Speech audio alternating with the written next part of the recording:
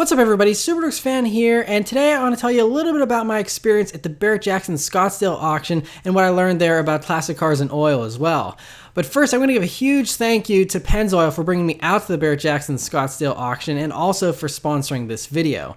So, the Barrett-Jackson auction is mind-blowing. This was my first time there, and especially if you like classic cars, it cannot be beat. I mean, I've been to some really big classic car shows with over 1,000 vehicles, and this topped it easily. I mean, not only is it just the sheer volume of cars that they have there, but the sheer variety as well. And it's not just classics as well. I mean, there was plenty of exotics and, I mean, rare stuff. You know, there's Bugatti Veyrons, Justin Bieber's Ferrari was there for sale, and actually one other celebrity's vehicle that was for sale there that was pretty interesting was Steven Tyler was there auctioning off his Hennessy Venom GT, and all the proceeds of that auction were going to go to charity. And that was a pretty entertaining auction to watch because he was on hand there, and it was very cool to see him, you know, pumping up the crowd and stuff. And in the middle of bidding, he even offered a week at his house in Maui to whoever the winning bidder was to help, you know, boost the price of the vehicle and stuff. And it ended up selling for $800,000, which is no chump change. So it was pretty crazy to see all that unfold. And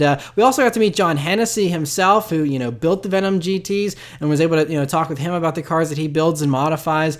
And that was also a very cool part of the experience. But just, you know, being there, we were able to actually go up on the auction stage and to be right there in the middle of it all with thousands of people. And like I said, just the amazing amount of vehicles. I mean, from everything from, they had a, you know, vintage Coca-Cola delivery truck to rare, like original Shelby GT350s with original old vintage superchargers on them that, like, I've never even seen one of those before. You know, mint Porsches, great, awesome, you know, classic cruisers, Cadillacs, all that kind of stuff. A lot of custom stuff as well. A lot of people, this is like their payday each year, is they build a classic car for this show, and then they, you know, sell it, and that's how they kind of make their living for a lot of these guys. So it's really cool to see, you know, all the work that goes. I mean, so many of these vehicles are pristine, but then there's also several other tents that have the more affordable stuff, because a lot of the stuff, like we were there Friday night and Saturday, and a lot of that stuff is, you know, if you don't have $100,000 to spend, you can't even buy anything. But earlier in the week, they did auction off a lot of other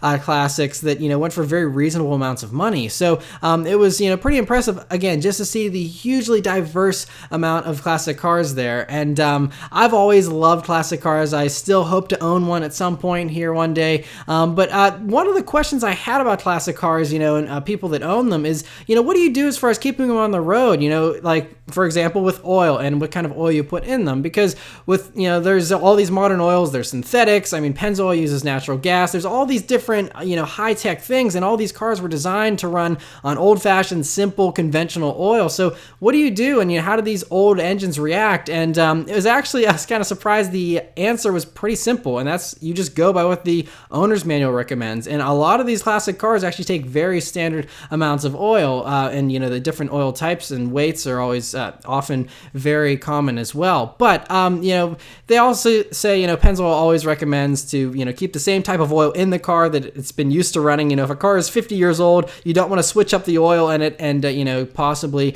mess up the engine a little bit, just because, you know, for example, engines that have never run synthetic, if you switch it over to synthetic, it could clean the engine too much and loosen deposits that have built up over time, which could give you oil leaks potentially and things like that. But there's a lot of people that, you know, if they've rebuilt their classic car's engine, they can run synthetics in it, and there are many classic cars that have run synthetics without issue.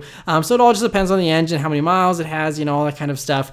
And so it just is one of those kind of things of trial and error a little bit as well. But one really interesting thing that I found out is that, you know, so many of these vehicles that you would think, oh man, what do you put in like a Ford Model T, for example? And the owner's manual for a Ford Model T says just put 5W30 in it. So, you know, it's pretty simple. I mean, some of these older cars do like more zinc in the oil. And so that's something, especially if it's a higher performance engine, those, especially if it's an old hot rodded, you know, car, those like a lot more zinc. And so in those cases, the Shell Rotella oils are, you know, what they recommend, that, you know, that has more zinc in it. So it's safer for those high performance engines or engines that do require more zinc, but a lot of times you can just put standard 5W30 in this stuff. And so it just kind of was crazy. I mean, how much oil has evolved over the years, but yet you can still use all the, high-tech stuff in it even to this day. So, and a lot of that stuff like the Shell Rotella, one cool thing that we did learn, which I didn't even know, is that you can now, they ship a lot of this oil online. So you can go to Walmart.com, Amazon.com, and find these really obscure oil weights that you usually wouldn't be able to find. Like I can't even usually find Rotella in a lot of stores. And so, that's one thing. If you can't find this kind of stuff at your local auto parts store, then you can, go straight online, order it, and it's on your doorstep within a couple of days. So very convenient, and makes it a lot easier to track down obscure oil weights and things like that. And so yeah, I mean, obviously that's something that you want to make sure that you are taking care of a classic, especially if you're buying something at Barrett-Jackson here, because I mean, like I said, many of these vehicles are going for well over $100,000, and so you want to make sure that you're protecting the engine and stuff that's so pristine and so mint, like many of these were. But yeah, so that's it really as far as all the things that I learned here at the Barrett-Jackson auction. It was a ton of fun, and so huge thanks once again to Shell and Pennzoil for sending me out there to experience the Barrett-Jackson experience. It was a ton of fun, and I highly recommend it to anyone. So once again, thank you guys very much for watching. I'll see you next time. Take care.